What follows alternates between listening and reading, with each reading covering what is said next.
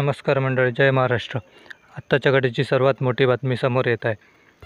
शरद पवारांचा भाजपला मोठा धक्का.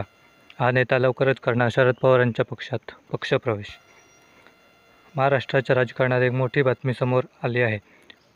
अकलूजचे मोहिते पाटील लवकरच शरद पवारांच्या राष्ट्रवादी काँग्रेस पक्षात प्रवेश करणार आहेत.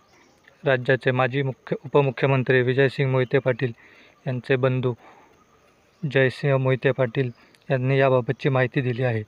विजयसिंह मोहिते पाटील, जयसिंह मोहिते पाटील व धैर्यशील मोहिते पाटील यांची उद्या शरद पवार यांच्यासोबत मुंबईत बैठक होणार आहे. त्यामुळे उद्या धैर्यशील मोहिते पाटील प्रवेश घेऊन त्यांची म्हाडा लोकसभेची उमेदवारी जाहीर होण्याची शक्यता आहे. धैर्यशील मोहिते पाटील तुतारी चिन्हावर म्हाडा लोकसभा लढवणार. दरम्यान मोहिते पाटलांचा भाजप प्रवेश निश्चित मानला जात आहे. त्यामुळे आता धैर्यशील मोहिते पाटील हे तुतारी चिन्ह घेऊन म्हाडा लोकसभा मतदारसंघाची निवडणूक लढण्याची शक्यता आहे. त्यामुळे मोहिते पाटील शरद पवार गटात गेल्यास पश्चिम महाराष्ट्रात भाजपला मोठा धक्का बसण्याची शक्यता वर्तवली जात आहे. मित्रांनो, याबाबत आपल्याला काय वाटतं? आपली प्रतिक्रिया कमेंट बॉक्समध्ये नक्की सांगा.